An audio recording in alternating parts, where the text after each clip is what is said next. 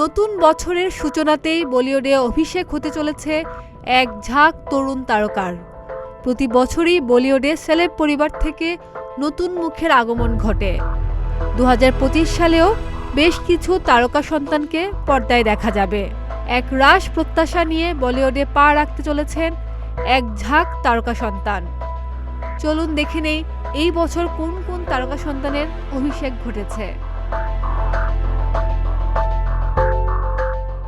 শায়না কাপুর, বাবা সঞ্জয় কাপুর, কাকা অনিল কাপুর, দিদি সোনম কাপুর, দাদা অর্জুন কাপুর।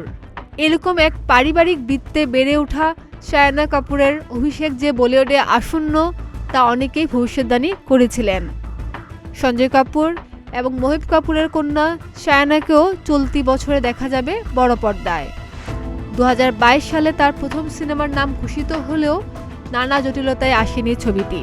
চলতি বছর বিক্রান্ত মেসির বিপরীতে আঁখো কি গুস্তাখিয়া ছবিতে দেখা যাবে তাকে।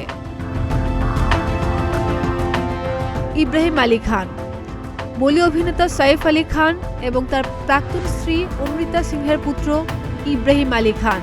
সাইফ অমৃতার কন্যা সারা আলী খান এখন বলি পাড়ার পরিচিত মুখ। তার অভিষেকের প্রায় 7 বছর পর হিন্দি ফিল্ম জগতে পা রাখতে চলেছেন সাইফ অমৃতার আরেক সন্তান। যদিও এর আগে বলিউডের সহকারী পরিচালক হিসেবে ক্যারিয়ার শুরু করেছিলেন ইব্রাহিম, এবার সরেজমিন সিনেমার মাধ্যমে বলিউডে আত্মপ্রকাশ করতে চলেছেন তিনি।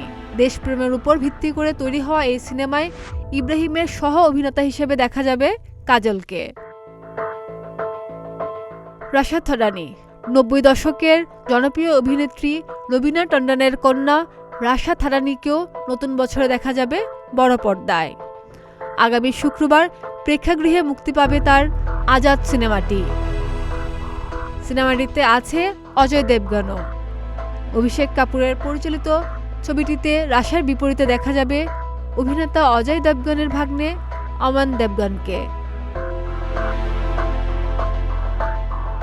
আরিয়ান খান, একটি সিরিজ পরিচালনার মধ্য দিয়ে চলচ্চিত্র জগতে পা রাখতে চলেছেন শাহরুখ খানের জ্যেষ্ঠ পুত্র আরিয়ান খান।